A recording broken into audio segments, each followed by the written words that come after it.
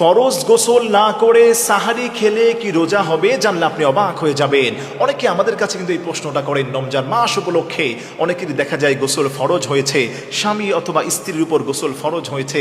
আবার দেখা যায় যে সাহারির সময়টাও দেখা যায় শেষ হয়ে যাবে, কাছাকাছি চলে আসছে। ওই সময়টাতে আপনি কি করবেন?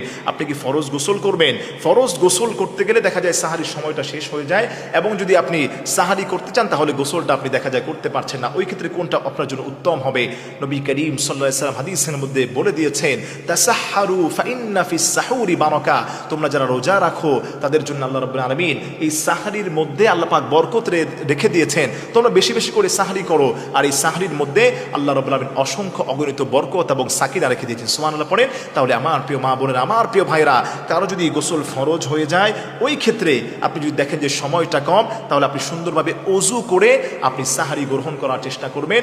সাহারি করে টাইমের মধ্যে দ্রুত সাহারি শেষ করার পরে আপনি সুন্দরভাবে ফরজ গোসলটা করে আপনি ফজরের নামাজটা আপনি আদায় করার চেষ্টা করবেন। এর ফলে আপনার রোজার কোনো ক্ষতি হবে না। আল্লাহ রাব্বুল আলামিন আমাদের সবাইকে এই কথাটা বোঝার তৌফিক দান করেন। আমি আবারও একটু রিপিট করি, আপনি খেয়াল করেন, গোসল যদি ফরজ হয়ে যায় এবং সাহারির সময়ও যদি কম থাকে, ওই সময়টাতে আপনি সুন্দরভাবে ওযু করে আপনি সাহারি করার চেষ্টা করবেন।